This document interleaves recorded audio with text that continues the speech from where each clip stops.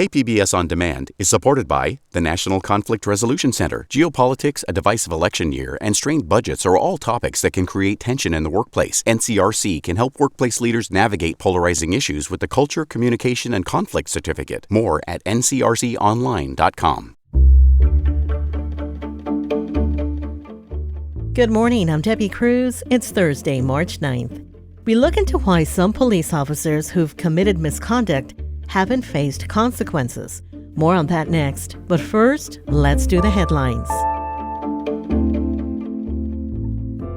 A 2022 Teacher of the Year from National City is now accused of having an inappropriate relationship with a 13-year-old former student. Jacqueline Ma was arrested Tuesday at Lincoln Acres Elementary School, a day after a parent told National City Police they suspected Ma of sexually abusing their child. Ma posted bail and will be arraigned on March 14th in Chula Vista. The first naloxone vending machine has been installed in San Diego County. It's part of the county's effort to battle fatal opioid overdoses. Naloxone is a medication used to reverse opioid overdoses by restoring normal breathing. The new naloxone vending machine is at the McAllister South Bay Regional Recovery Center in Chula Vista. You don't have to be a member of the center to use it. It will dispense the opioid overdose medication for free. More vending machines are scheduled to be installed across the county. The ending of emergency food benefits this month amounts to nearly 8 million fewer meals each month for San Diego County residents in need. That's according to recently published research by the San Diego Hunger Coalition. As of last June, nearly 1 in 4 San Diego County residents were nutrition insecure or unable to pay for 3 healthy meals a day. According to the Hunger Coalition, county households will see a minimum of a $95 reduction in their CalFresh benefits, with some monthly reductions as high as $250. But some CalFresh households may be eligible to increase the benefits they receive by contacting San Diego Hunger Coalition partner agencies or the county. From KPBS, you're listening to San Diego News Now. Stay with me for more of the local news you need. KPBS On Demand is supported by UC San Diego's Art Power, presenting cellist Joshua Roman, performing from his album Immunity, alongside music by J.S. Bach and more. Sunday, June 22nd at UC San Diego's Epstein Family Amphitheater. Reserve your tickets at artpower.ucsd.edu.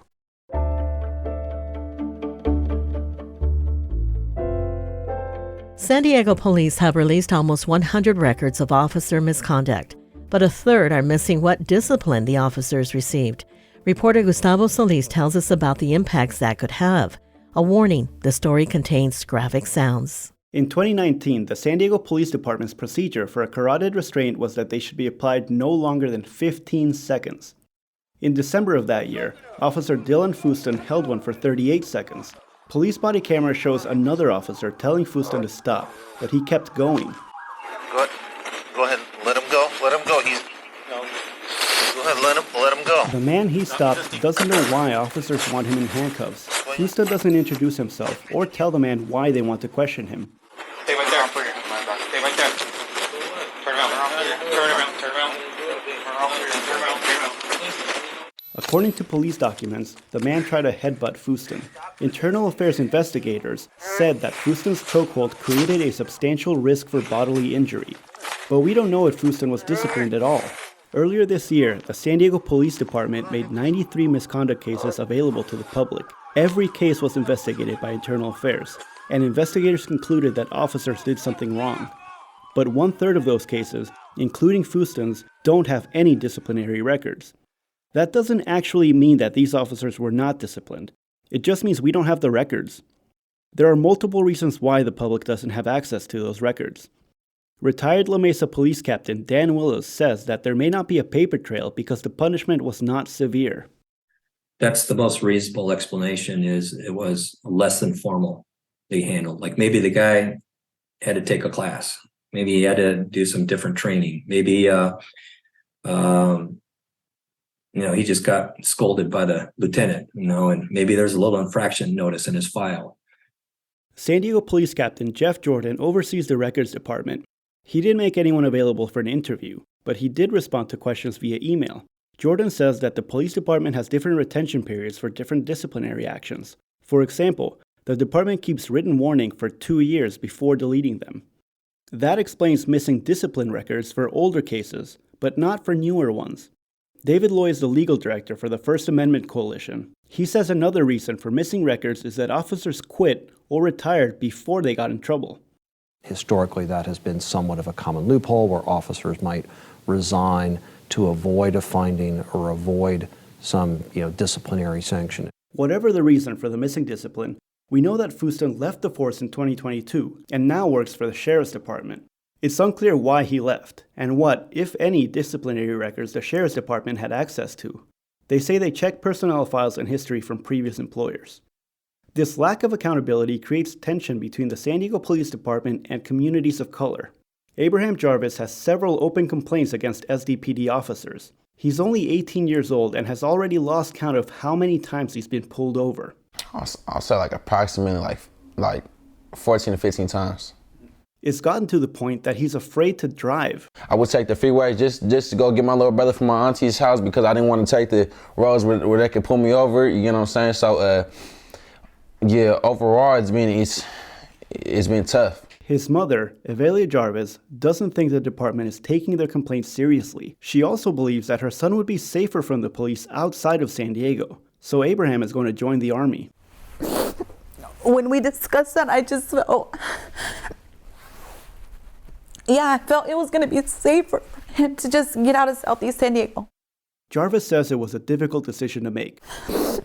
Of course, no one wants to see their child leave, but I'm like, this is going to benefit my child. And just the fear of just knowing that anytime he's out and about, they can do anything and get away with it and ask questions later. And it is what it is, and that's it. They don't get a consequence. She's always respected the police, but their treatment of her son has changed that. She says now she respects the ones who are doing their job, not the ones harassing her child.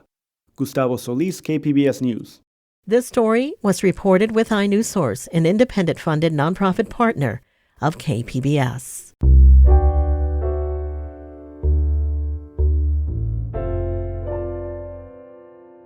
It's one of the most beautiful areas in San Diego, and now the future of De Anza Cove is starting to come into focus. Reporter John Carroll has more on a new proposal just released by the city. The new proposal comes in the form of a draft to the overall Mission Bay Park Master Plan. It reimagines how the 505-acre De Anza Cove recreation area will be laid out. If the current proposal holds, part of the campland on the bay property would be restored to wetlands, but there would still be dozens of acres set aside for camping.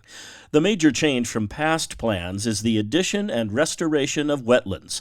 San Diego Planning Director Hadi von Blum says that's important for habitat and to prepare for sea level rise. We have a sustainable, resilient plan for the future for this area so that it can continue to provide these opportunities for a lifetime of generations to come. The public comment period is open until April 20th. We have a link to where you can contribute your thoughts on our website, kpbs.org. John Carroll, KPBS News. The Army shelved its 1980s-era Be All You Can Be slogan in 2001, opting for a millennial-focused Army of One. Now, with recruiting numbers down, the Army is reaching into its recent past and resurrecting its classic campaign. Military reporter Andrew Dyer has more. You might remember the Army's Be All You Can Be slogan from the service's 1980s and 1990s ad campaigns. On Wednesday, the service formally reintroduced the slogan for a new generation of recruits. The Army's commanding general of its Training and Doctrine Command, General Gary Brito, was in San Diego for a junior ROTC recruiting event. Be All You Can Be truly represents an opportunity of possibilities for all young men and women out there. The Army fell short of its recruiting goal last year by 25%. Brito rejected the notion that some Defense Department policies, characterized as woke by some Republican lawmakers, impact recruiting. We are not a woke army. We're an army that represents all of America. Brito said the Army is on track to meet its recruiting goal for 2023. Andrew Dyer, KPBS News.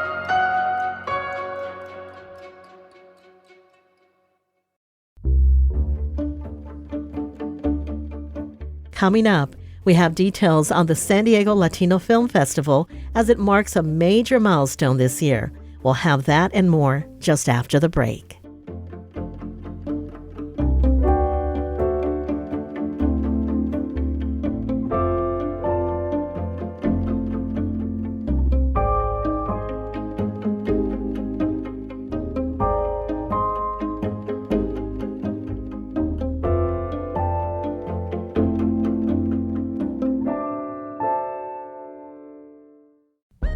Now on the Finest podcast, the NPR Tiny Desk Contest, we highlight our favorite local entries and hear from the artists who made them. We're just very tired of hearing music that doesn't represent the people or is very nonsense or just dumbing people down. Listen now wherever you get your podcasts.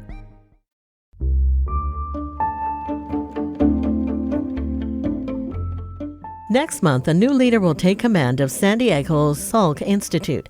SciTech reporter Thomas Fudge tells us more about Jerry Joyce. Walk down the hall that leads to the president's office of the Salk Institute, and you see 6 photographs on the wall. They show the 6 Nobel laureates who did their life science research at Salk. President-designate Gerald Joyce, everyone calls him Jerry, says they are a symbol of the Institute's laser-focused vision. As important as the teaching mission is, that's not what we do here. As important as the clinical mission is, that's not what we do here. We are 100% focused on scientific discovery. A native of Kansas, Joyce headed west to get his Ph.D. from UC San Diego. He has been a faculty member at Salk Institute since 2017. He says despite Salk's past accomplishments and its global reputation, it's all about what science comes next. One example? We now see a union of understanding biological systems with new technologies, especially computational technologies, to harvest big data and use that as a guide to experiments and hypothesis formations. That big data will play a huge role in Salk's effort to map the 90 billion neurons of the human brain, funded by the biggest grant in the Institute's history. Thomas Fudge, KPBS News.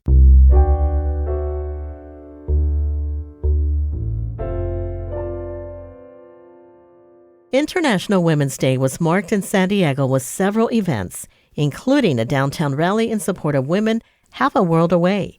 Reporter Melissa May has the story. Wednesday's rally was to support Iranian women. Organizers call it the Women, Life, Freedom Movement. Bibi Kasrai is the spokesperson for the San Diego Iranians group. It's a day of solidarity of women who give life. Our slogan is Women, Life, Freedom. Women want a good life, they want freedom, and they want unity and support of the world. And on this day, we are counting on you to be our support, because women of Iran are not only fighting for their own rights, but they are fighting for your rights as well. The group has held 30 rallies since a woman named Mahsa Amini died in the custody of Iranian police last year. They say they will continue to be the voice of the women of Iran. Melissa May, KPBS News.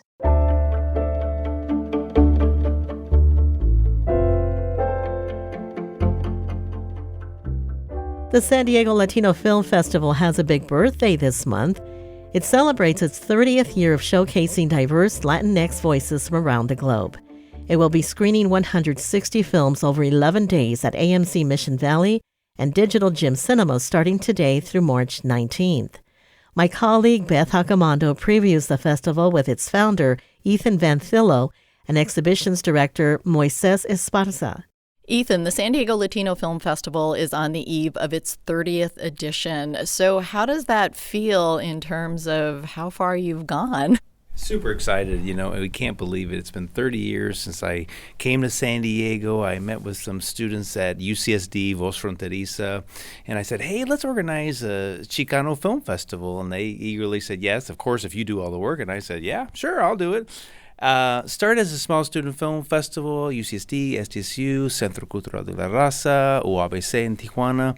And then now we're almost at the big event, 30 years, over 160 movies, 11 days. It's pretty incredible to think about where we've come and how we've grown over the years.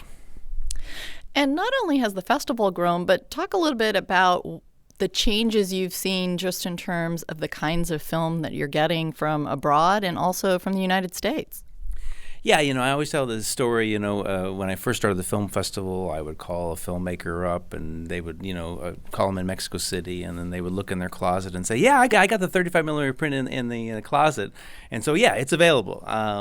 But since then, the world of cinema and film festivals has changed greatly. I mean, so many film festivals around the world, so many Latino festivals, distributors, agents. And so now just trying to get the films is a challenge for our curators and selection committee. So it's been harder to get the films and content. And then, of course, we all just lived through this pandemic where the streaming giants now, Netflix, Hulu, Amazon, have just basically taken over and bought all the content.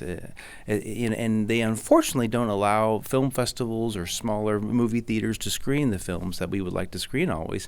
But so now the festival and the committee and the selection committee has shifted, and we're really focusing on emerging Latino talent, which is actually wonderful when you think about it, because that's how we got our start 30 years ago. So I think it's important when you look at the current selection this year and how we're supporting young Latino filmmakers locally, but also throughout Latin America, Mexico. So it's almost like this shift has been good for us, and it kind of refocused us on what's important, which is to get young Latino filmmakers or young Latino actors in front of the screen. And Moises, we are sitting here at the Digital Gym Cinema at its new location. And what role is the cinema going to be playing this year in the festival? Well, the new Digital Gym Cinema opened in May of 2022. And for this edition of the San Diego Latino Film Festival, it's acting as its satellite screen. So it will be fully integrated into the festival programming every single day. We've had a great turnout at the Digital Gym Cinema over the last couple of months. Our audience seems to be growing, and I think the San Diego Latino Film Festival is going to expose a lot more people to our wonderful cinema. And I know there's not a theme that's set for each year, but as you are selecting films and seeing films coming in, have you seen anything emerge in terms of kind of commonalities amongst films? Even though if we don't have an overarching theme for the edition of the festival, we do like to program around specific issues or themes. So we're looking to highlight the immigrant experience every year, the LGBTQ plus experience every year, the indigenous experience. We have a great showcase called Historias Originarias this year. So it's all about the indigenous experiences of individuals all over Latin America and Mexico and the United States. Even though we don't program like this year, we're focusing on one specific thing. I think what we're looking forward to every year is making sure that we're covering as many experiences as possible. The Afro-Latino experience, women filmmakers is a big highlight every year. And in terms of common thread in the selection this year, I think, for a year we saw a lot of like films that might have been made during COVID potentially. They were maybe a little bit more insular, less sets, less locations. But I think what I'm excited about this year is showcasing these new films that have kind of come, after the height of the pandemic, that are very ambitious thematically as well as visually. They play with genre in very fascinating ways. I guess a common theme that I saw this year is like this play on domesticity, because I'm sure because we were all like locked away in our house, we were all like thinking about like house roles, the domestic sphere. So a lot of films this year I think are like playing with like what that means post-COVID, which I think is a pretty fascinating thing to like contemplate. All right. Well, I want to thank you both very much for talking about the 30th annual San Diego Latino Film Festival. Thank you very much for the invite. We'll see you at the festival. Thank you, Beth. That was Ethan Vanthillo and Moises Esparza speaking with KPBS film critic Beth Accomando. The San Diego Latino Film Festival runs through the 19th. And one more story before you go. San Diego firefighters are out and about at intersections today, and all for a good cause. Grab your dollars and loose change on your way out the door this morning if you want to support the Burn Institute's 19th annual firefighter boot drive. Each year, hundreds of uniformed firefighters from departments across the county come together to fill their boots with donations for burn prevention education programs and burn survivor support programs. That's it for the podcast today. As always, you can find more San Diego news online at kpbs.org. I'm Debbie Cruz. Thanks for listening and have a great Thursday.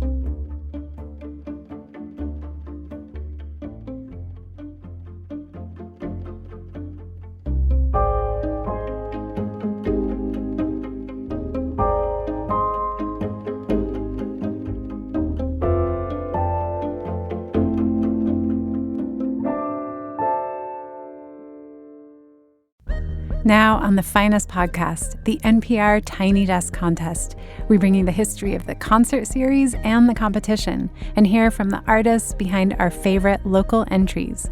Listen now wherever you get your podcasts.